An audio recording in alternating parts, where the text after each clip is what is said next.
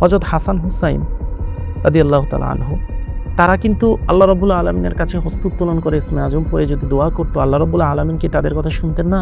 অবশ্যই শুনতেন। কিন্তু তারপরও কেন কারবালার ময়দানে তারা এটা করলেন না? কেন করলেন না? এই কেনর উত্তর কি? রাসূল করিম সাল্লাল্লাহু আলাইহি ওয়াসাল্লাম তো অবশ্যই ইসমে আজম জানতেন, তাই না? তাহলে কেন রাসূল করিম সাল্লাল্লাহু আলাইহি ওয়াসাল্লাম সেই ইসমে আজম পড়ে দোয়া করলেন না যে, হে আল্লাহ, তুমি আমাকে পর্যাপ্ত পরিমাণ রিজিক প্রদান করো? কেন তিনি নিজের পেটে পাথর বেঁধে তারপর সেই সময় অবস্থান করলেন? এ কেনর উত্তর কি? আমি যদি ইসমে আজম জানতাম, তাহলে আমি এই জালেম ব্যক্তি যিনি চাবুক দিয়ে বৃদ্ধকে আঘাত করতেছেন একে এবং এর সম্পূর্ণ বংশকে বিনাশ করে দেওয়ার জন্য আল্লাহর কাছে দোয়া করতাম। এই কথা যখন বলছে তখন সেই হুজুর তার মুখের দিকে হাসি দিয়ে বলল, এই বৃদ্ধ হচ্ছে আমার উস্তাদ, যে আমাকে ইসমে আজম শিখিয়েছে।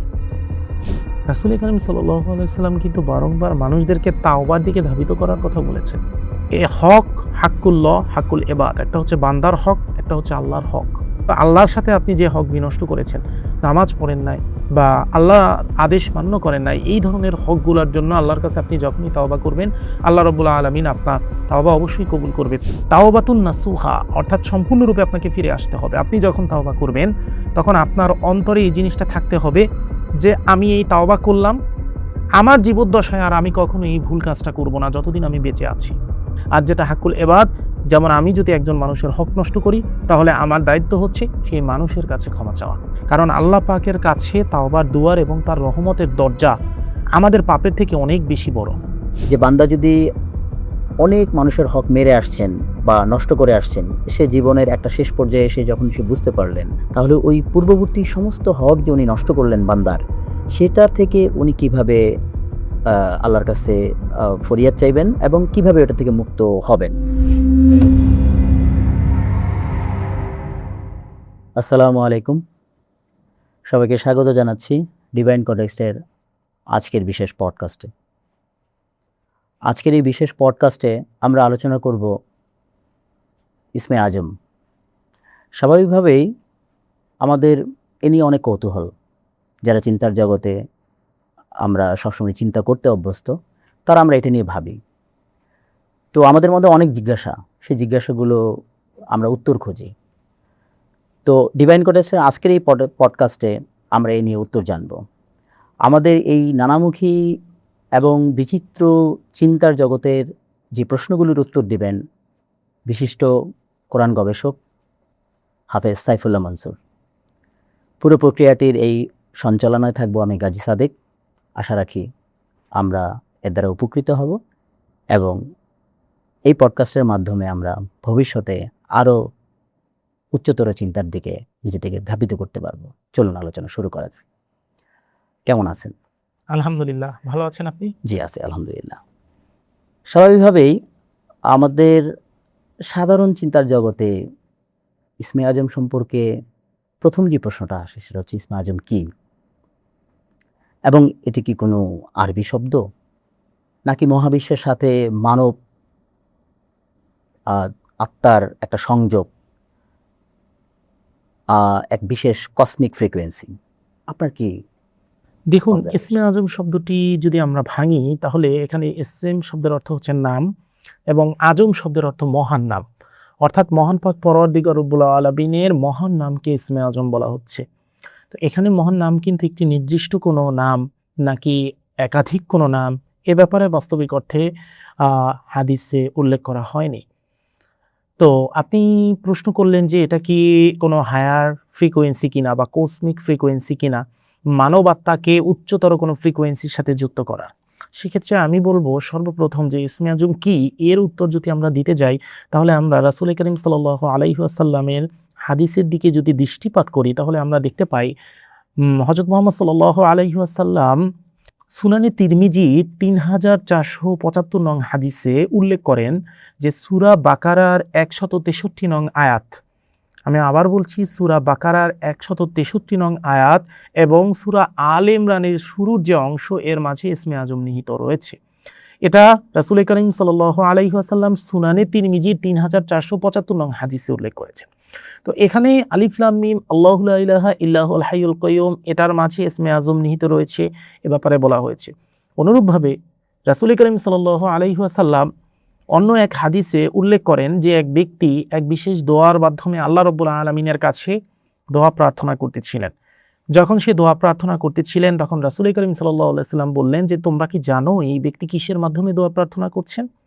সাহাবারা বললেন যে না, আমরা জানি না। তখন রাসূল করিম সাল্লাল্লাহু আলাইহি সাল্লাম ইরশাদ করেন যে কসম সেই সত্তার যার হাতে আমার জীবন, সে ইসমে আজমের মাধ্যমে দোয়া প্রার্থনা করেছেন। তো হাদিসের এই যে কাহিনীটা আমি উল্লেখ করলাম, এই কাহিনীটা হচ্ছে বাস্তবিক অর্থে রাসূল করিম সাল্লাল্লাহু আলাইহি সাল্লাম দুইটা দোয়া এখানে উল্লেখ করেছেন এই কাহিনীতে। দুইটা দোয়া, একটা হচ্ছে আল্লাহুম্মা ইন্নী আসআলুকা বিআন্না লাকাল হামদু লা ইলাহা ইল্লা আনতাল হান্নানুল মান্নানু বাদিউস সামাওয়াতি ওয়াল আরদি যুল জালালি ওয়াল ইকরামি ইয়া হাইয়্যু ইয়া কাইয়্যুম। আর একটা হচ্ছে আল্লাহুম্মা ইন্নী আসআলুকা বিআন্নী আশহাদু আন্নাকা আনতাল্লাহুল্লাযী লা ইলাহা ইল্লা আনতাল আহাদুস সামাদুল্লাযী লাম ইয়ালিদ ওয়া লাম ইউলাদ ওয়া লাম ইয়াকুল লাহু কুফুয়ান আহাদ। এই পবিত্র দোয়া দ্বারা একজন ব্যক্তি প্রার্থনা করতেছিলেন, তখন রাসূল করিম সাল্লাল্লাহু আলাইহি সাল্লাম বলেছেন যে সে ইসমে আজমের মাধ্যমে দোয়া করতেছে, যার মাধ্যমে দোয়া করলে আল্লাহ রাব্বুল আলামিনের কাছে যা চাওয়া হয় তা কবুল হয়। আপনার সেকেন্ড প্রশ্ন ছিল যে এটা কি মানব আত্মাকে হায়ার কোনো ফ্রিকোয়েন্সির সাথে যুক্ত করা কোনো কিছু? তো বাস্তবিক অর্থে এই মহাবিশ্ব সম্পূর্ণরূপে আল্লাহ রাব্বুল আলামিনের জিকিরে রত। মহান পাক পরওয়ারদিগার রাব্বুল আলামিন পবিত্র কালামে পাকের এটা ইরশাদ করেন যে সব কিছু নিজের ইচ্ছায় হোক অনিচ্ছায় হোক আল্লাহ রাব্বুল আলামিনের জিকির বা সেজদায় রত থাকে। তো আমরা যখন মহান পাক পরওয়ারদিগার রব্বুল আলামিনের কোনো আয়াত তেলাওয়াত করি, কোনো নাম তেলাওয়াত করি, মহান পাক পরওয়ারদিগার রব্বুল আলামিনের কাছে ফরিয়াদ জ্ঞাপন করি বা তার জিকির করি, তখন আমরা আমাদের নিজেদের যে ফ্রিকোয়েন্সি, এই ফ্রিকোয়েন্সিটাকে আমরা ওই হায়ার ফ্রিকোয়েন্সির সাথে টিউন করে ফেলি। তো আপনার প্রশ্ন অনুসারে যে এটা কি কোনো হায়ার ফ্রিকোয়েন্সির সাথে বা মানব আত্মাকে কোনো উচ্চতর কিছুর সাথে টিউন করার কোনো বিষয় কিনা, যে অবশ্যই টিউন করার বিষয়। ব্যাপারটা হচ্ছে যে উচ্চতর ফ্রিকোয়েন্সি, যেই ফ্রিকোয়েন্সিগুলো আল্লাহ রাব্বুল আলামিনের জিকিরে রত হওয়ার কারণে বারবার মহাবিশ্বে প্রকাশিত হয়, আমি নিজে যখন আল্লাহ রাব্বুল আলামিনের জিকিরে রত হই তখন আমি সেই ফ্রিকোয়েন্সির সাথে নিজেকে টিউন করে ফেলতেছি। ইসমে আজম হচ্ছে এই টিউন করার একটা অন্যতম প্রক্রিয়া আপনি বলতে পারেন। তাহলে এই ক্ষেত্রে যদি এটা হয় তাহলে এটা যদি দোয়া কবুলের একটা প্রসেস হয় যে এটা দিয়ে দোয়া কবুল হবে, তাহলে স্বাভাবিকভাবে আমাদের প্রশ্ন আসাটাও খুব স্বাভাবিক যে এই দোয়া এভাবে ইসমে আজম পড়লেই যদি তাৎক্ষণিক দোয়া কবুল হয়, তাহলে যুগে যুগে বড় বড় উলিয়া নবী রাসূল তারা কেন এই দোয়ার মাধ্যমে জালিম অথবা যাদের বিরুদ্ধে আমাদের নবী রাসূল এবং উলিয়ারা যুদ্ধ করছেন তাদেরকে কেন নিমিষেই ধ্বংস করে দিলেন না অথবা শেষ করে দিলেন না? এখানে আপনার কি? এখন আপনার এই যে প্রশ্নটা আপনি করলেন, এই প্রশ্নটার উত্তর বাস্তবিক অর্থে লুকায়িত রয়েছে হচ্ছে আধ্যাত্মিকতার পরিপক্কতায়। আধ্যাত্মিকতার পরিপক্কতা বলতে কি? ইসমে আজমের মতো এত মহান একটা জিনিস যে মানুষ প্রাপ্ত হবে, সেই মানুষ আধ্যাত্মিকতার অবশ্যই সর্বোচ্চ স্তরে উন্নীত হওয়া একজন ব্যক্তি হবে। তো যেই সকল মানুষ আধ্যাত্মিকতার সর্বোচ্চ স্তরে উন্নীত হয়, সেই সকল মানুষ বাস্তবিক অর্থে নিজের অহং, নিজের ইচ্ছা এবং হচ্ছে আপনার নিজের ভিতরের যে ইগো, সেটা থেকে সম্পূর্ণরূপে বের হয়ে আছে। অর্থাৎ তার মাঝে না কোনো অহংকার থাকে, না কোনো ইগো থাকে, সে সম্পূর্ণরূপে শূন্য হয়ে যায়। সে আল্লাহ রাব্বুল আলামিনের ইচ্ছায় নিজেকে সম্পূর্ণরূপে বিলিয়ে দেয়। ঠান্ডা মাথায় ভাবার ট্রাই করেন, সেটা হচ্ছে হযরত হাসান হুসাইন রাদিয়াল্লাহু তাআলা আনহু, তারা কিন্তু আল্লাহ রাব্বুল আলামিনের কাছে হস্ত উত্তোলন করে ইসমে আজম পড়ে যদি দোয়া করতো, আল্লাহ রাব্বুল আলামিন কি তাদের কথা শুনতেন না? অবশ্যই শুনতেন। কিন্তু তারপরও কেন কারবালার ময়দানে তারা এটা করলেন না? কেন করলেন না? কেন উত্তর কি? রাসূল করিম সাল্লাল্লাহু আলাইহি ওয়াসাল্লাম যদি আল্লাহ পাকের কাছে হস্ত উত্তোলন করে ফরিয়াদ করতেন যে মহান পাক পরওয়ারদিগার রব্বুল আলামিন তুমি উহুদ পাহাড়কে স্বর্ণে পরিণত করে দাও, আল্লাহ রাসূলের এই ফরিয়াদ আল্লাহ রাব্বুল আলামিন শ্রবণ করে কি উহুদ পাহাড়কে স্বর্ণে পরিণত করে দিত না? অবশ্যই দিত। কিন্তু রাসূল করিম সাল্লাল্লাহু আলাইহি ওয়াসাল্লাম এটা করেননি। রাসূল করিম সাল্লাল্লাহু আলাইহি ওয়াসাল্লাম যখন খন্দক যুদ্ধ হয়, তখন তিনি ক্ষুধার তাড়নায় তার নিজের পেটে পাথর বেঁধে রয়েছেন। তাহলে আমার আপনার কাছে প্রশ্ন, রাসূল করিম সাল্লাল্লাহু আলাইহি ওয়াসাল্লাম তো অবশ্যই ইসমে আজম জানতেন, তাই না? তাহলে কেন রাসূল করিম সাল্লাল্লাহু আলাইহি ওয়াসাল্লাম সেই ইসমে আজম পড়ে দোয়া করলেন না যে হে আল্লাহ তুমি আমাকে পর্যাপ্ত পরিমাণ রিজিক প্রদান করো, অথবা হে আল্লাহ তুমি উহুদ পাহাড়কে স্বর্ণে পরিণত করে দাও? কেন তিনি নিজের পেটে পাথর বেঁধে তারপর সেই সময় অবস্থান করলেন? এ কেনর উত্তর কি? এর কেনর উত্তর হচ্ছে অবশ্যই যে তারা নিজেদের ভিতরের যে আমিত্ব, নিজেদের ভিতরের যে চাহিদা, নিজেদের মনোমস্তিষ্ক থেকে যে কথা হচ্ছে তারা শুনবে, নিজেদের নফস তাদেরকে যে কথাটা বলবে, এটাকে তারা সম্পূর্ণ মেরে ফেলেছিল, তাদের আমিত্বটাকে মেরে ফেলেছিল। এই আমিত্বটাকে মারার কারণেই বাস্তবিক অর্থে তারা ওই ইসমে আজম প্রাপ্ত হয়েছে বা ওই রকম একটা আসক্তি প্রাপ্ত হয়েছে। একটা কথা আমি আপনাকে একটা ঘটনা বলি। এক ব্যক্তি এক বুজুর্গর কাছে গিয়েছেন যে আমি ইসমে আজম শিখব। তো ওই বুজুর্গ বললেন যে ঠিক আছে, আমি তোমাকে ইসমে আজম শিখাবো, তুমি আজকে বিকালে অমুক জায়গায় আসবা। কথা বলার পর ওই ব্যক্তি যখন বিকালবেলা সেই জায়গায় উপস্থিত হলো, তখন ওই বুজুর্গ ব্যক্তি ওই ব্যক্তিকে দেখালেন যে তুমি কি দৃশ্য দেখতে পাও মাঠের দিকে তাকিয়ে একটু বলো। তো ওই ব্যক্তি যে ইসমে আজম শিখতে গিয়েছেন, সে মাঠের দিকে তাকিয়ে দেখেন যে এক বৃদ্ধ ব্যক্তি সে এক স্থান থেকে অন্য স্থানে লাকড়ি বহন করে যাচ্ছে। তার শরীরে তেমন কোনো জামা কাপড় নাই, অল্প একটা ছোট কাপড় পরিধান করে আছে। তো সেই ব্যক্তি এক স্থান থেকে যখন অন্য স্থানে লাকড়ি বহন করে নিয়ে যাচ্ছিল, তখন সে বারবার নিচে পড়ে যাচ্ছিল, কারণ সে বৃদ্ধ। এমত অবস্থায় আরেকজন যুবক চাবুক দিয়ে ওই ব্যক্তিকে আঘাত করতেছিল। তো যখন এই জিনিস দেখার পর ওই হুজুর বা ওই বুজুর্গ ব্যক্তি ওই আসন্ন ব্যক্তিকে প্রশ্ন করে যে যদি আজকে তুমি ইসমে আজম জানতা তাহলে তুমি কি করতা? বলে, খোদার নামে শপথ করে বলছি, আমি যদি ইসমে আজম জানতাম তাহলে আমি এই জালেম ব্যক্তি যিনি চাবুক দিয়ে বৃদ্ধকে আঘাত করতেছেন একে এবং এর সম্পূর্ণ বংশকে বিনাশ করে দেওয়ার জন্য আল্লাহর কাছে দোয়া করতাম। এর মতো জালেম থাকার থেকে না থাকা উত্তম। এই কথা যখন বলছে, তখন সেই হুজুর তার মুখের দিকে হাসি দিয়ে বলল যে তুমি কি জানো যেই বৃদ্ধ পিঠে লাকড়ি বহন করতেছে ওই বৃদ্ধকে? যখন এই প্রশ্ন করছে, ওই লোক বলল না আমি জানি না। বলে, এই বৃদ্ধ হচ্ছে আমার ওস্তাদ, যে আমাকে ইসমে আজম শিখিয়েছে। আশা করি এই প্রশ্নের উত্তরের মাঝখানে আপনার প্রশ্নের উত্তর আপনি পেয়ে গিয়েছেন। হ্যাঁ, তবে একটু জানতে চাই, সেটা হলো যে ধরি আমরা যে চরম বিপদে পড়ে আছেন এমন একজন মানুষ, উনি হকের পথে আছেন অথবা উনি চরম পাপী একজন ব্যক্তি। ইসমে আজমের দোয়া তার মুখ দিয়ে যদি আসে অথবা সে যদি এটাকে প্র্যাকটিস করেন অথবা বলেন, তাহলে কি অলৌকিক কোনো কিছু ঘটার সম্ভাবনা আছে, নাকি তার ক্ষেত্রেও ওই পাপী ব্যক্তির ক্ষেত্রেও একই রকম কঠোর আত্মশুদ্ধি অথবা প্র্যাকটিসের মধ্যে দিয়ে যেতে হবে? আপনার মতামত কি? দেখুন, এখানে মহান পাক পরওয়ারদিগার রব্বুল আলামিনের পবিত্র কালামে পাকের সূরা নামলের ৬২ নং আয়াতের দিকে যদি আমরা তাকাই, তাহলে আমরা দেখতে পাই আল্লাহ রব্বুল আলামিন ইরশাদ করতেছেন যে তিনি সেখানে বলতেছেন যে কে আর্ত বিপন্ন ব্যক্তি ডাকে সাড়া দেন যখন সে তাকে ডাকে এবং তার বিপদ দূর করেন। আল্লাহ বলতেছেন সূরা নামলের ৬২ নম্বর আয়াতে যে কে একজন আর্তনাদকারী ব্যক্তি ডাকে সাড়া দেন এবং তাকে বিপদ থেকে উদ্ধার করেন যখন সে ডাকে। কথা বুঝতে পারছেন? তারপরে আল্লাহ রাব্বুল আলামিনের নাম বলা হয়েছে। তো এই আয়াতের দিকে যদি আমরা তাকাই স্পষ্টভাবে, তাহলে আমরা দেখতে পাই যে যে ব্যক্তি চরম বিপদে পতিত হয় এবং আল্লাহ রাব্বুল আলামিনের দিকে সম্পূর্ণরূপে হস্তোত্তোলন করে অটুট ইয়াকিনের সাথে তাকে ডাকে, আল্লাহ রাব্বুল আলামিন তার বিপদ সরিয়ে দেন। এটা কোরআনের সূরা নামলের ৬২ নং আয়াত আমাদেরকে বলতেছে।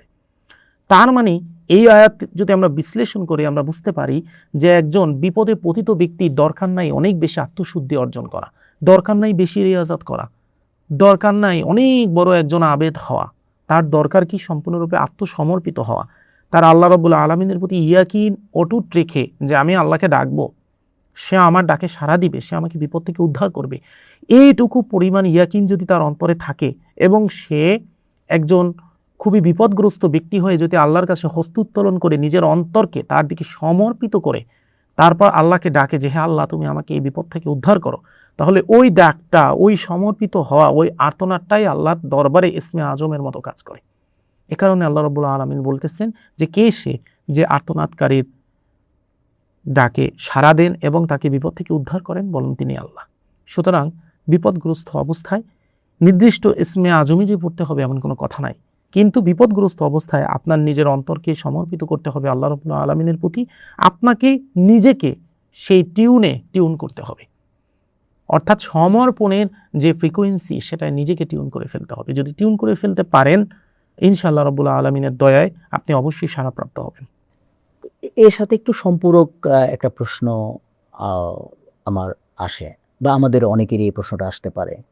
তার মানে হচ্ছে আহ, যদি কোনো বিপদগ্রস্ত মানুষ ইসমে আজম অথবা এর মাধ্যমে যদি আল্লাহ তাআলার সাথে যদি সৃষ্টিকর্তার সাথে যদি কানেক্টেড হন, তাহলে সময় এখানে কোনো ব্যারিয়ার কিনা, বা সময় অর্থাৎ আমরা অনেক বছর ধরে যখন পাপ করি, পাপ করার পর যখন আমাদের মধ্যে একটা হুঁশ চলে আসে, তখন দেখা গেল আমরা জীবনের একটা শেষ মুহূর্তে, বা মনে করি যে আমি আর কিছুদিন পর মারা যাব, চলে যাব।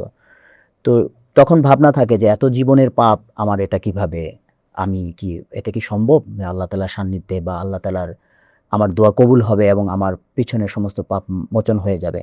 এটাকে আমরা ভাবতে পারি যে সময়ের সাথে এটা সম্পর্কিত না? এর কি সুযোগ আছে এরকম কোনো? অবশ্যই এর সুযোগ আছে। কারণ হচ্ছে রাসূল করিম সাল্লাল্লাহু আলাইহি সাল্লাম কিন্তু বারংবার মানুষদেরকে তাওবার দিকে ধাবিত করার কথা বলেছেন। তিনি বলেছেন যে তুমি যত পাপই করো না কেন, তোমার মৃত্যু হওয়ার পূর্ব পর্যন্ত তাওবার দুয়ার তোমার জন্য উন্মুক্ত। তুমি যদি তাওবা করো, আল্লাহ রাব্বুল আলামিন তোমাকে ক্ষমা করে দিবেন। এ হক, হাক্কুল্লাহ, হাক্কুল ইবাদ, একটা হচ্ছে বান্দার হক, একটা হচ্ছে আল্লাহর হক। বান্দার হক যেটা, সেটা যদি আপনি নষ্ট করেন, সেক্ষেত্রে আল্লাহ রাব্বুল আলামিন আপনাকে ক্ষমা করবেন না। কিন্তু আপনি যদি হাক্কুল্লাহ বা আল্লাহর হক নষ্ট করেন, তাহলে মৃত্যুর পূর্বে আপনি যদি একবার হলেও তাওবা করেন, আল্লাহ আপনার যত গুনাহ থাকুক ক্ষমা করে দিবেন। তো বান্দার হক আল্লাহ কেন ক্ষমা করবেন না? কারণ বান্দার হক ক্ষমা করার অধিকার শুধুমাত্র বান্দার আছে, আর কেউ নাই। আল্লাহ রাব্বুল আলামিন বান্দার হক ক্ষমা করবেন না যতক্ষণ না পর্যন্ত ওই বান্দা আপনাকে ক্ষমা না করবেন। কিন্তু আল্লাহর সাথে আপনি যে হক বিনষ্ট করেছেন, নামাজ পড়েন নাই বা আল্লাহর আদেশ মান্য করেন নাই, এই ধরনের হকগুলোর জন্য আল্লাহর কাছে আপনি যখনই তাওবা করবেন, আল্লাহ রাব্বুল আলামিন আপনার তাওবা অবশ্যই কবুল করবে। তো এখানে সময় কোনো ফ্যাক্টই না, খালেজ দিলে তাওবা করা হচ্ছে ফ্যাক্ট। অর্থাৎ আপনাকে তাওবাতুন নাসুহা করতে হবে। তাওবাতুন নাসুহা অর্থাৎ সম্পূর্ণরূপে আপনাকে ফিরে আসতে হবে। আপনি যখন তাওবা করবেন, তখন আপনার অন্তরে এই জিনিসটা থাকতে হবে যে আমি এই তাওবা করলাম, আমার জীবদ্দশায় আর আমি কখনো এই ভুল কাজটা করব না যতদিন আমি বেঁচে আছি। এটাকে বলা হয় তাওবাতুন নাসুহা বা পরিপূর্ণরূপে ফিরে আসা। যখন আপনি তাওবাতুন নাসুহা করবেন, তখন আপনার সময় এখানে কোনো ভ্যালুই রাখবে না যে আপনি কত বছর, কত জীবন, কত কি পাপ করছেন। ফিরে আসার দুয়ার আল্লাহর রব্বুল আলামিনের দরবারে সর্বদা খোলা। শুধু আমাদের দরকার সম্পূর্ণরূপে আত্মসমর্পিত হয়ে আল্লাহর কাছে ক্ষমাটা চাওয়া, এবং আমাদের অন্তরে এই জিনিস পোষণ করা যে ইন ফিউচার কখনো আর আমরা এই পাপ কাজ করব না, এই পাপ থেকে দূরে থাকবো। আর যেটা হাক্কুল ইবাদ, যেমন আমি যদি একজন মানুষের হক নষ্ট করি, তাহলে আমার দায়িত্ব হচ্ছে সেই মানুষের কাছে ক্ষমা চাওয়া। কথা বুঝতে পারছেন? তার কাছ থেকে ক্ষমাটা নিয়ে নেওয়া। আমি যদি কোনো পশু পাখির হক নষ্ট করি, তাহলে আমার সেই পশু পাখির কাছ থেকে ক্ষমা চাইতে হবে। এখন একজন মানুষ পশু পাখির কাছ থেকে কিভাবে ক্ষমা চায়? আপনি পশু পাখিকে কিছু খাবার দিয়ে দিলেন, আপনি পশু পাখিকে উত্তম কিছু দিয়ে দিলেন। ধরুন আপনি একটা পাখির মৃত্যুর কারণ হলেন বিনা কারণে, তো এখন এই পাখির কাছে তো আপনি ক্ষমা চাইতে পারবেন না।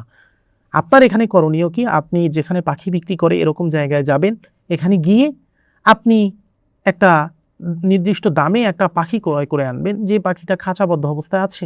তো আপনি ওই পাখিটাকে ক্রয় করে এনে মাঠে গিয়ে পাখিটাকে ছেড়ে দিবেন। আল্লাহর কাছে বলবেন যে হে রব, আমি একটা পাখির মৃত্যুর কারণ হয়েছি, আমি আরেকটা পাখিকে অবমুক্ত করে দিলাম।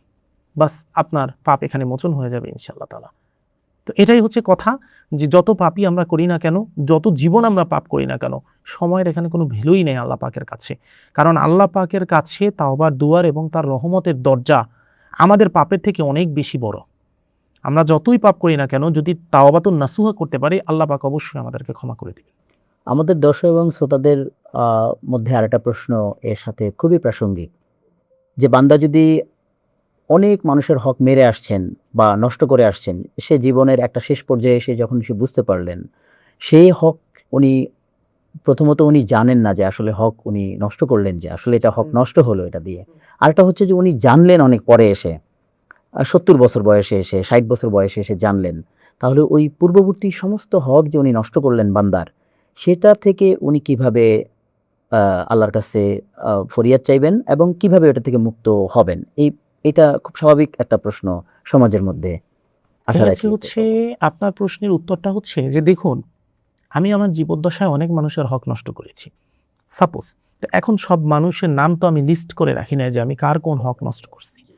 তো যখন আমি আমার জীবনের জীবদ্দশার শেষ পর্যায়ে এসে আমি দেখলাম যে না, আমি অনেক মানুষের হক নষ্ট করেছি, এখন আমি কিভাবে এই পাপ থেকে মুক্তি লাভ করব এবং আমি ফিরে আসলাম ভালো পথে, সেক্ষেত্রে আমার করণীয় কি? যেহেতু আমি অনেক মানুষের হক নষ্ট করে ফেলেছি এবং অনেক মানুষকে আমি লিস্টেড করে রাখি নাই, সেহেতু এই পাপ মোচনের জন্য আমার অনেক মানুষের জন্য বৃহত্তর স্বার্থে কোনো কর্ম করতে হবে নিঃস্বার্থভাবে। ধরেন আপনি 41 জন মানুষের হক নষ্ট করেছেন, তো আল্লাহ রাব্বুল আলামিন আপনাকে টাকা দিয়েছে, পয়সা দিয়েছে, তিনি আপনাকে অ্যাবিলিটি দিয়েছে। যখন আপনি এটা বুঝতে পেরেছেন যে না, আমি 41 জন মানুষের হক নষ্ট করেছি বা তার থেকেও বেশি মানুষের হক নষ্ট করেছি, এখন তাদের নাম লিস্টেড করা নাই, তাদেরকে আমি ডেকে পাবো না, তাদের কাছে আমি ক্ষমা চাইতে পারবো না, সেক্ষেত্রে এই পাপ মোচনের জন্য আপনি 41 জন এতিমদের খাবারের ব্যবস্থা করে দেন, আপনি 41 জন এতিমদের ভরণ পোষণের ব্যবস্থা করে দিন, যদি আল্লাহ রাব্বুল আলামিন আপনাকে তৌফিক দিয়ে থাকে। এভাবে আপনি আপনার সৎকর্মের মাধ্যমে আপনার যে অসৎকর্ম সেটা হচ্ছে ঢেকে দিতে পারবেন। আমরা যেই সৎকর্ম করব, আমাদের অসৎকর্মর পরিমাণের থেকে যদি আমাদের সৎকর্ম পরিমাণ বেড়ে যায়, তখন ইনশাআল্লাহ তাআলা আমরা অবশ্যই পাপ থেকে মুক্তি লাভ করতে পারবো। আমরা একটু আরেকটা প্রসঙ্গ ইসমে আজমের সাথে আমাদের প্রশ্ন জাগে মনে, এটা হচ্ছে যে আমরা কোরআনে কিছু হরফ আমরা বরাবরই সবসময় আমরা শুনি আমাদের জীবদ্দশায়, যারা আমরা নিয়মিত কোরআন তেলাওয়াত করি অথবা আমরা কোরআন তেলাওয়াত শুনি, সেটা হচ্ছে আলিফ লাম মিম, এই ধরনের যে হরফগুলো আছে, এবং এগুলোকে আল্লাহ তাআলা, আমরা আমাদের যারা সমাজে যে সমস্ত বুজুর্গ আছেন যারা, তারা বলেন যে এগুলো রহস্যময় শব্দ, এগুলো মিনিং সৃষ্টিকর্তা বা আল্লাহ তাআলা নিজে এটা জানেন। এটা আমাদের সমাজে আমরা যারা আছি, যারা তাফসীর করেন, তারা আমরা জানি না। এখন ইসমে আজমের যে মহাজাগতিক যে বিষয়টা, এটার সাথে কি এর ভেতরে কি এই শব্দগুলোর মধ্যেই কি ইসমে আজমের যে গাণিতিক বা ম্যাট্রিক্স কোড যদি বলি, এগুলো কি লুকায়িত আছে বলে আপনার ধারণা? বা আপনার কথা আমি বুঝতে পেরেছি, আপনি বলতে চাচ্ছেন যে হরফে মুকাত্তাত বলা হয় এগুলোকে, যেমন আলিফ লাম মিম, হা মিম, ত সিম মিম, পবিত্র কালামে পাকের প্রায় অ্যাভারেজে 14টা সূরার পূর্বে এরকম হরফে মুকাত্তাত রয়েছে। তো এই হরফে মুকাত্তাতের ভিতরে ইসমে আজম লুকায়িত আছে কিনা, বা ইসমে আজমের ফ্রিকোয়েন্সি বা ম্যাট্রিক্সটা লুকায়িত আছে কিনা, এ ব্যাপারে আসলে আমরা যদি তাফসিরে ইবনে কাসির পড়ি, সেক্ষেত্রে আমরা দেখতে পাই যে ইবনে আব্বাস রাদিয়াল্লাহু তাআলা আনহু থেকে শুরু করে একাধিক সাহাবী বাস্তবিক অর্থে এটা চিন্তা করেছেন বা এই থট রেখেছেন যে কোরআনের সূরা শুরুর এই হরফে মুকাত্তাতগুলোর ভিতরে ইসমে আজম লুকায়িত থাকার সম্ভাবনা 99%। কারণ রাসূল কারীম সাল্লাল্লাহু আলাইহি ওয়াসাল্লাম এই হরফগুলোর মাধ্যমে, হরফে মুকাত্তাতগুলোর মাধ্যমে আল্লাহ রাব্বুল আলামিনের কাছে দোয়া করতেন, এগুলোর উসিলা করে দোয়া করতেন এবং আল্লাহ রাব্বুল আলামিন তার দোয়া কবুল করতেন। সুতরাং ইবনে আব্বাস রাদিয়াল্লাহু তাআলা আনহু থেকে ইবনে আব্বাস রাদিয়াল্লাহু তাআলা আনহু এবং তার মতো আরও বেশ কিছু সাহাবাদের এ ব্যাপারে হচ্ছে একটা সন্দেহ ছিল যে এই হরফে মুকাত্তাতগুলোই ইসমে আজম। এছাড়াও পরবর্তীতে যে সুফি সাধকগণ এসেছেন, যে আউলিয়াগণ এসেছেন, তারা অনেকেই এই হরফে মুকাত্তাতগুলোকে উসিলা করে আল্লাহ রাব্বুল আলামিনের কাছে দোয়া করেছেন। এর কারণ হচ্ছে দুইটা। নাম্বার 1 কারণ হচ্ছে, এক, রাসূল কারীম সাল্লাল্লাহু আলাইহি সাল্লাম হরফে মুকাত্তাত দিয়ে দোয়া করতেন, এটা হচ্ছে এক কারণ। আর নাম্বার 2 কারণ হচ্ছে যে এই হরফে মুকাত্তাতগুলোর বাস্তবিক অর্থ আল্লাহ রাব্বুল আলামিন এবং রাসূল কারীম সাল্লাল্লাহু আলাইহি সাল্লাম ছাড়া আর কেউই জানতো না। যার কারণে যেহেতু এগুলো এমন হরফ যার অর্থ আমরা জানি না, কিন্তু রাসূল করিম সাল্লাল্লাহু আলাইহি সাল্লাম দোয়ার সময় এটা পড়তেন, এটা ইউজ করতেন, এবং অনেক উলিয়া বুজুর্গানি দিন এটাকে দোয়ার সময় ইউজ করেছেন, এটার উসিলা করে দোয়া করেছেন। সুতরাং এটার মাঝে ইসমে আজমের শক্তি নিহিত থাকতেই পারে, এখানে বাস্তবিক অর্থে মানে আমাদের সন্দেহের কোনো অবকাশ নেই।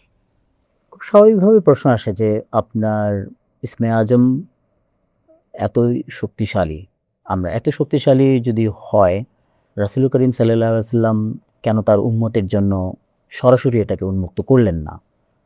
শক্তিশালী যদি হয়, এটা কি আশঙ্কা থাকে যে এরকম ধারণা থেকে যে এটার অপব্যবহার, যেটা মানব সমাজের জন্য ভয়াবহ কোনো পরিস্থিতি তৈরি করতে পারে বা ব্যক্তিগত পর্যায়ে কোনো বিপদ ডেকে আনতে পারে? আপনার ব্যাখ্যা কি? জি, অবশ্যই।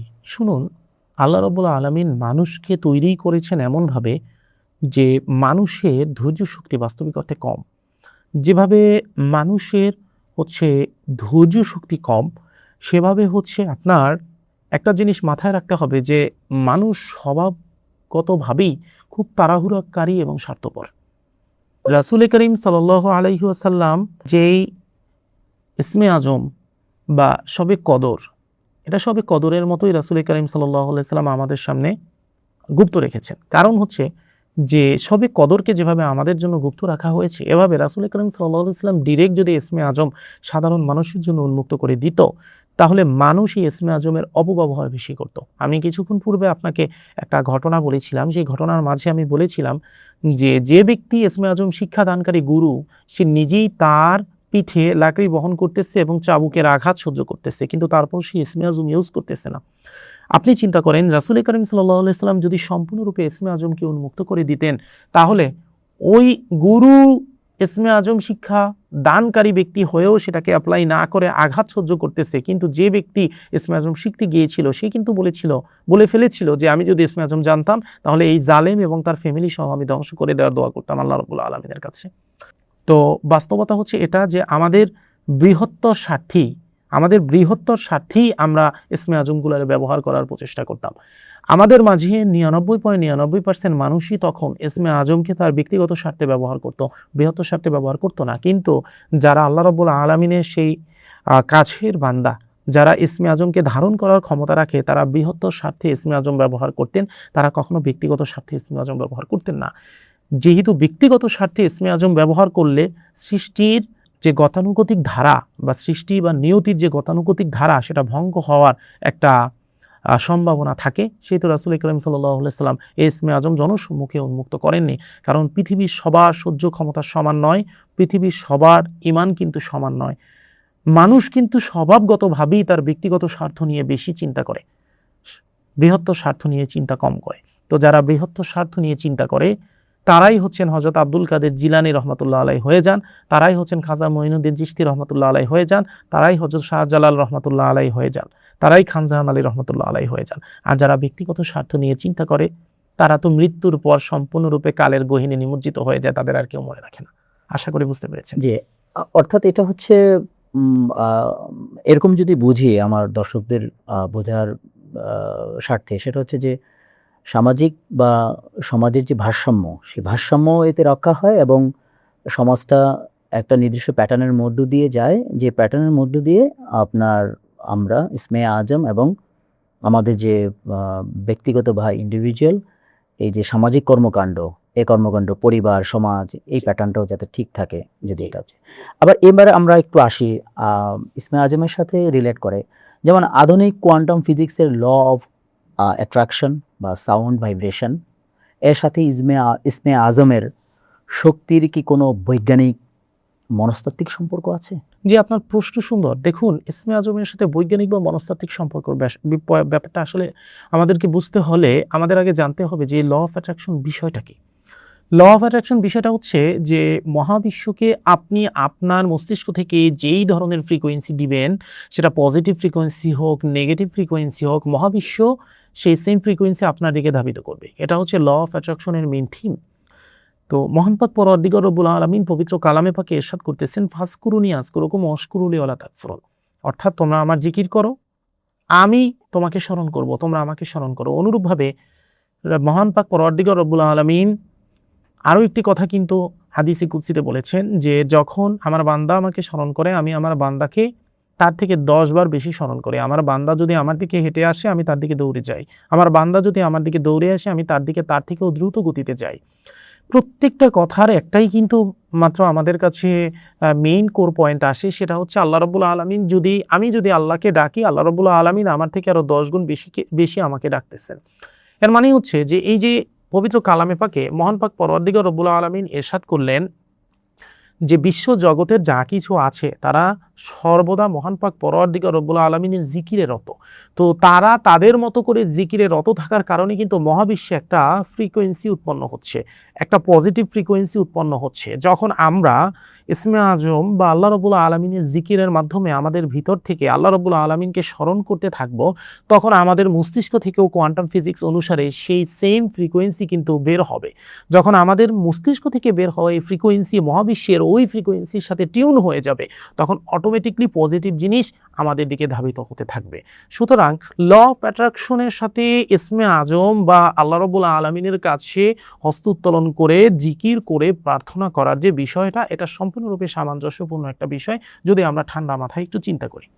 আমরা একটু ছোট্ট করে জানতে চাই, চরম বিপদের মুহূর্তে মানুষের অবচেতন মন থেকে স্বয়ংক্রিয়ভাবে যে আর্তনাদ আসে, সেটা কি তার ইসমে আজম? আমরা এই লক্ষণগুলো আসলে বুঝবো কিভাবে? না, আপনার কথা ছোট ঠিক করে আছে। যে দেখুন, আমি ইতিপূর্বে কিন্তু আলোচনা করেছি, সেই আলোচনার মাঝে আমি কিন্তু আপনাকে একটা কথা বলেছিলাম যে আল্লাহ রাব্বুল আলামিন বলতেছেন যে বলো কে আর্তনাদকারীর আর্তনাদে উত্তর দেয় এবং তাকে বিপদ থেকে রক্ষা করে। নিশ্চয়ই তিনি আল্লাহ। এটা আল্লাহ রাব্বুল আলামিন সূরা নামলে বলতেছেন। ২০ নং পারার যদি আমরা মাঝখানের আয়াত দেখি তাহলে ২০ নং পারার প্রথম পৃষ্ঠার মাঝখানের আয়াতে এটা আল্লাহ রাব্বুল আলামিন বলতেছেন। তো এর মানে হচ্ছে যে যদি আর্তনাদকারী সঠিকভাবে নিজেকে ওই স্থানে রেখে আল্লাহর উপর সমর্পিত হয়ে আর্তনাদ করতে পারে, আল্লাহ তাকে উত্তর দিবেন। এখন আর্তনাদকারী আল্লাহকে কি নামে ডেকে আর্তনাদ করতেছে, আল্লাহর কাছে কি নামে চাইতেছে, এটা এখানে কোনো ফ্যাক্টই রাখে না। সে যে আলাদাভাবে ইসমে আজম পড়েই আল্লাহ রাব্বুল আলামিনের কাছে চাইতে হবে, অন্যথায় আল্লাহ উত্তর দিবে না, ব্যাপারটা কিন্তু এমন না। ইসমে আজম আমরা পড়ি যখন হচ্ছে আমরা আমাদের নিজেদের মনকে সম্পূর্ণরূপে আল্লাহর দিকে সমর্পিত করে ওই কম্পাঙ্কে নিজেদেরকে টিউন করি। এখন আপনি মারাত্মক বিপদে আপতিত হওয়ার কারণে আপনি যদি পরিপূর্ণরূপে এমনিতেই সমর্পিত হয়ে যান এবং আপনি ওই কম্পাঙ্কে নিজেকে এমনিতেই টিউন করে ফেলেন, তখন আল্লাহ রাব্বুল আলামিনকে আপনি যে নামেই ডাকবেন আল্লাহ রাব্বুল আলামিন আপনাকে সেই নামেই ইশারা দেবে এবং সেটাই কিন্তু তখন আপনার জন্য ইসমে আজমের মতোই হবে। তো এক্ষেত্রে আমাকে অনেকে প্রশ্ন করে যে বাস্তবিক অর্থে তাহলে ইসমে আজম বের কিভাবে করে, এর সুফি তত্ত্ব কি বা সুফি তরিকা কি? দেখুন, আমি আমার পূর্বের একটা পডকাস্টে আলোচনা করেছিলাম যে ইসমে আজম বাস্তবিক অর্থে 3 প্রকার হয়: ইসমে আজমে সগীর, ইসমে আজমে কবির আর ইসমে আজমে কাবায়ের। ইসমে আজমে সগীর সেটা হচ্ছে প্রত্যেক মানুষের জন্য একটা ব্যক্তিগত ইসমে আজম থাকে, যেটা হচ্ছে আপনার নামেও একটা ইসমে আজম আছে, আমার নামেও একটা ইসমে আজম আছে, যারা দর্শক তাদের নামেও একটা ইসমে আজম আছে। তো আপনার নামের যে ইসমে আজম সেটা আপনি কিভাবে বের করবেন? সেটা হচ্ছে এটা কোনো কোরআন এবং হাদিসে উল্লিখিত কোনো পদ্ধতি না, বরঞ্চ যারা সুফি সাধক, যারা ওলিয়া উলিয়াগণ, তারা এই পদ্ধতি অ্যাপ্লাই করে ইসমে আজম বের করেছেন। সেটা হচ্ছে মহান পাক পরওয়ারদিগার রব্বুল আলামিনের প্রত্যেকটা নাম, 99টা যে নাম রয়েছে, প্রত্যেকটা নামের একটা আলাদা আলাদা ফ্রিকোয়েন্সি রয়েছে, একটা আলাদা আলাদা ইলমুল আদাদ বা ইলমুল আবজাদ অনুসারে একটা আলাদা আলাদা মান রয়েছে। যখন মহান পাক পরওয়ারদিগার রব্বুল আলামিনের এই প্রত্যেক নামকে আমরা ভাঙি তখন সেই আবজাদ মান বের হয়। ধরুন ইয়া ওদুদু এর মান 55, আমি এক্সাম্পল স্বরূপ বলতেছি। তো এবার আপনি আপনার ইসমে আজম বের করতে চাচ্ছেন, তো আপনি কি করবেন? আপনার নাম আরবিতে লিখবেন এবং আপনার আম্মাজানের নাম আরবিতে লিখবেন। আপনার নাম এবং আপনার আম্মাজানের নাম আরবিতে লিখলে সেখান থেকে ইলমুল আদাদ বা ইলমুল আবজাদ অনুসারে যেই মান বের হবে সেই মান আপনি যোগ করবেন। যোগ করে এবার এক জায়গায় সেই মানটা রাখবেন, অপর জায়গায় আপনি আল্লাহ রাব্বুল আলামিনের 99 নামের মানের লিস্ট বের করে সেই মানগুলোকে মিলাবেন যে কোন নামের মান আপনার আর আপনার মায়ের নামের মানের যোগফলের সমান হয়। এভাবে মিলানোর পর যদি দেখেন একটা নামের মান আপনার মায়ের নাম এবং আপনার নামের যোগফলের সমান হয়ে গিয়েছে, তাহলে ওই নামটা আপনার ইসমে আজম। আর যদি একটা নামে না হয় তাহলে আল্লাহর একাধিক নাম যুক্ত করে দেখতে হবে যে কোন 2টা বা 3টা নামের যোগফল আপনার নাম এবং আপনার মায়ের নামের যোগফলের সমান। যখন আপনি এটা পেয়ে যাবেন তাহলে ওই নাম 2টা হবে আপনার ইসমে আজম। ধরুন আমার নাম সাইফুল্লাহ মানসুর, সুতরাং আমার নামের ইসমে আজম যদি আমি বলি তাহলে ইয়া নাসিরু আমার নামের ইসমে আজম বের হতে পারে উদাহরণস্বরূপ, বা ইয়াজুল জালালি আল ইকরাম, তখন ইয়া নাসিরু ইয়াজুল জালালি আল ইকরাম হবে আমার নাম। তখন একটা নির্দিষ্ট সংখ্যক বার যদি প্রতিদিন আমি ওই নাম তেলাওয়াত করি তাহলে আল্লাহ রাব্বুল আলামিনের সাথে ইলাহি শক্তির যে ফ্রিকোয়েন্সি সেই ফ্রিকোয়েন্সিতে আমি টিউন হয়ে যাব। তো এভাবে ইসমে আজমে সগীর সেটা বের করা যায়। আর ইসমে আজমে কবির সেটা হচ্ছে আমি অলরেডি আপনাকে কিন্তু 2টা 3টা ইসমে আজম প্রথমে উল্লেখ করে বলছি। রাসূল কারীম সাল্লাল্লাহু আলাইহি ওয়াসাল্লাম হাদিসে বলেছেন এই কয়টা হচ্ছে ইসমে আজমে কবির। আরেকটা রয়েছে ইসমে আজমে কাবাইর। এই ইসমে আজমে কাবাইর কোনো মানুষের পক্ষে জানা সম্ভব না। এটা একমাত্র সেই ব্যক্তি জানতে পারবে যেই ব্যক্তি ওই স্থানে নিজেকে নিয়ে যেতে পারবে। আমল করতে করতে, আখলাক করতে করতে ওই স্থানে যখন কেউ নিজেকে নিয়ে যেতে পারবে তখন আল্লাহ রাব্বুল আলামিন নিজেই তাকে সেই ইসমে আজমে কাবাইর শিক্ষা দিবেন, যে ইসমে আজম সব ইসমে আজমের থেকে ঊর্ধ্বে। এটা কোনো মানুষকে শিক্ষা দিতে পারে না, এটা আল্লাহ যার উপর রহমত করেন কেবলমাত্র সে শিখতে পারেন। আশা করি বুঝতে পেরেছেন। তাহলে স্বাভাবিক প্রশ্ন, বান্দার জিকির বা ইসমে আজম সৃষ্টিকর্তা বা আল্লাহ তাআলার সাথে যখন সংযোগ হয়, সংযোগের এই যে একটা প্রচণ্ডতা, এই প্রচণ্ডতার মধ্যে কি শয়তান এটা দ্বারা কি ভীত হন, নাকি শয়তান এই যে শক্তিটাকে তার নিজের মানে খারাপ কাজের জন্য বা এটার জন্য সে ব্যবহার করে না, আসলে এইখানে প্রক্রিয়াটা কি হয়? অবশ্যই সুন্দর একটা কথা বলেছেন। দেখুন, যেখানে আল্লাহ রাব্বুল আলামিনের নাম নেওয়া হবে সেখানে বাস্তবিক অর্থে কখনো শয়তান প্রবিষ্টই হতে পারে না। অনেক মানুষ এই কথা বলে থাকে যে ইসমে আজম পড়ে আপনি আল্লাহ রাব্বুল আলামিনের নাম নিয়ে একটা অলৌকিক কর্মকাণ্ড ঘটিয়ে ফেললেন। তো অনেক মানুষ বলে যে না, ও তো জাদু করো, শয়তানের মাধ্যমে করিয়েছে। তো এটা সম্ভব না। এর কারণ কি? সবথেকে বড় কারণ হচ্ছে, দেখুন, আল্লাহ রাব্বুল আলামিনের নাম এবং তার ফ্রিকোয়েন্সিতে টিউন হওয়ার প্রধান উদ্দেশ্য এবং প্রধান শর্তই হচ্ছে আপনার সমর্পিত হতে হবে, পরিপূর্ণরূপে সমর্পিত হতে হবে, আপনাকে মুসলিম হতে হবে, আত্মসমর্পিত হতে হবে আল্লাহর পায়ে। আত্মসমর্পিত যে ব্যক্তি হবে কেবলমাত্র তার পক্ষেই মহান পাক পরওয়ারদিগার রব্বুল আলামিনের ইসমে আজমের সেই ফ্রিকোয়েন্সিতে টিউন হওয়া সম্ভব। আর শয়তানের কাজ কি? শয়তানের কাজ হচ্ছে অহংকার করা। সে সর্বদাই আল্লাহ রব্বুল আলামিনের বিদ্বেষে থাকে, সে সর্বদা একটা বিদ্বেষমূলক ভাবে থাকে। সুতরাং বিদ্বেষমূলক ভাব এবং অহংকার পূর্ণ অবস্থায় শয়তান কখনোই ইসমে আজমের যে শক্তি অথবা ইসমে আজমের যে ফ্রিকোয়েন্সি, এই ফ্রিকোয়েন্সিতে নিজেকে টিউন করতে পারে না বা এর মাঝে অ্যাক্সিসই পায় না। যেভাবে আগুন এবং পানি একসাথে থাকতে পারে না, সেভাবে পজিটিভ এবং নেগেটিভ জিনিস কখনো একসাথে থাকতে পারে না। তাই যেখানেই আল্লাহ রাব্বুল আলামিনের নাম এবং জিকির অথবা তার আয়াতের তেলাওয়াত হয়, সেখান থেকে শয়তান এমনিতেই পলায়ন করে, কারণ সেখানে এমন পজিটিভ ভাইব্রেশন এবং এমন পজিটিভ শক্তি বা এমন ফ্রিকোয়েন্সি উৎপন্ন হয় যে পজিটিভ শক্তি বা ফ্রিকোয়েন্সি শয়তানকে পুড়িয়ে ফেলে। এবং এটাকে ইউজ করেই রাকিগণ বাস্তবিক অর্থে মানুষের চিকিৎসা করে থাকে। যদি কখনো এটা ভাবি যে যেখানে আল্লাহ রাব্বুল আলামিনের নাম নেওয়া হচ্ছে, তার ইসমে আজম নেওয়া হচ্ছে, তার আসমাউল হুসনা নেওয়া হচ্ছে, পবিত্র কালামে পাকের আয়াত তেলাওয়াত করা হচ্ছে, সেখানে শয়তান প্রবিষ্ট হয়ে মানুষকে ধোঁকা দিবে, তাহলে সেটা হচ্ছে আমাদের ইমানি দুর্বলতা। আমরা সেখানে হচ্ছে কোরআনুল কারীমের আল্লাহ রাব্বুল আলামিনের আসমাউল হুসনা এবং ইসমে আজমের অসীম শক্তিকে বাস্তবিক অর্থে আমরা অস্বীকার করে ফেলতেছি, এবং এর কারণে আমাদের নিজেদের অজান্তেই আমরা কাফের সাব্যস্ত হয়ে যাব, অস্বীকারী হয়ে যাব। আশা করি বুঝতে পেরেছেন। এটা ধারাবাহিকভাবে তো এই প্রশ্নটাই স্বাভাবিকভাবে আসে যে আর গ্রহ নক্ষত্র এদের স্বভাব অনুযায়ী মহাবিশ্বের বা আমাদের পৃথিবীর সমস্ত মানুষের কি তার নিজস্ব একটি ইসমে আজম নির্ধারিত থাকে? যে এটা আমি আপনাকে কিছুক্ষণ পূর্বেই উত্তরটা দিয়েছি যে দেখুন, গ্রহ নক্ষত্র বলেন আর মানুষের স্বভাব বলেন, প্রত্যেকটা জিনিসের উপর ভিত্তি করেই বাস্তবিক অর্থে প্রত্যেক মানুষের নিজস্ব ইসমে আজম থাকে, এবং সেই ইসমে আজম বের করার যে প্রক্রিয়া উলিয়াগণ সুফি সাধকগণ শিক্ষা দিয়ে গিয়েছেন, সেটাই হচ্ছে আপনার মায়ের নাম এবং হচ্ছে আপনার নামের ইলমুল আদাদ বের করে, সেই ইলমুল আদাদ যোগ করে সেই মান এর সাথে আমাকে খুঁজতে হবে যে আল্লাহ রাব্বুল আলামিনের কোন নামের মান ওটার সাথে মিলে, বা কোন একাধিক নামের মান মিলে। যে একাধিক নামের মান মিলবে সেটাই হবে আমার ইসমে আজম। তো এখন আমার নিজের ক্ষেত্রে কিন্তু একাধিক ইসমে আজম হতে পারে, তার মানে কি সব ইসমে আজম আমি পড়বো না?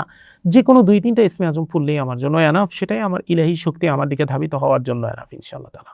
আলোচনার এই পর্যায়ে সর্বশেষ সাধারণভাবে আমি এবং আমার যারা শ্রোতা এবং দর্শক তাদের একটি বিষয়ে জানার আগ্রহ, খুব স্বাভাবিকভাবেই এই যান্ত্রিক এবং কোলাহলপূর্ণ এই জীবনে বা এই সমাজ জীবনে সাধারণ মানুষ ঠিক কোন পদ্ধতিতে তার নিজের ভেতরে লুকিয়ে থাকা সেই নিজস্ব ইসমে আজম খুঁজে পাওয়ার যাত্রা শুরু করতে পারেন? আসলে আমি শুধু বলবো একটা জিনিসই মানুষকে করতে হবে, সম্পূর্ণরূপে আত্মসমর্পিত হতে হবে। যদি কোনো মানুষ সম্পূর্ণরূপে আত্মসমর্পিত হয়ে যায়, আল্লাহ রাব্বুল আলামিনের কাছে নিজেকে সমর্পণ করে দেয়, নিজের ইচ্ছা, নিজের চিন্তা, নিজের চেতনাকে সমর্পণ করে দেয়, তখন আল্লাহ রাব্বুল আলামিন নিজেই হচ্ছে তাকে সেই ইসমে আজম পাইয়ে দিবেন। এটা আল্লাহ রাব্বুল আলামিনের কাজ। এখানে আসলে বান্দার কিছু করার নেই। বান্দার শুধু একটা জিনিসই করতে হবে, সম্পূর্ণরূপে নিজেকে সমর্পিত করতে হবে। এ কারণে আল্লাহ রাসূল বলেছেন, আখলিস দীনাকা ইয়াকফিকাল আমালুল কলিল, তোমার ইমানকে খাঁটি করো, অল্প আমল তোমার নাজাতের জন্য যথেষ্ট হবে। ইমান ইয়াকিন যদি খাঁটি হয়, সমর্পণ যদি খাঁটি হয়, ভক্তি যদি খাঁটি হয়, তাহলে মুক্তির পথ আল্লাহ রাব্বুল আলামিন নিজেই দেখিয়ে দিবেন। ধন্যবাদ। আশা রাখা যায় আজকের এই চমৎকার আলোচনার মাধ্যমে আমরা দৃঢ়ভাবে বিশ্বাস করি আমাদের আসলে আল্লাহর পথে আসা ছাড়া এবং আল্লাহর উপর প্রচণ্ড রকমের আনুগত্য এবং আনুগত্যের চেষ্টার ব্যতিরেকে আমাদের সত্যিকার অর্থে ভিন্ন কোনো পথ নেই। আমরা এই আলোচনার মাধ্যমে আশা রাখি যে আমরা একটি সুন্দর এবং পালন করার মতন একটি গাইডলাইন আমরা পাবো, এবং আমরা আশা রাখি যে ভবিষ্যতে আরও অন্য কোনো এপিসোডে ইনশাল্লাহ আরও বেশি আপনাদেরকে তথ্য দিতে পারবো। আপনাকে ধন্যবাদ আজকে এই সুন্দর আলোচনা আমাদের সাথে পেশ করার জন্য। ভালো থাকবেন।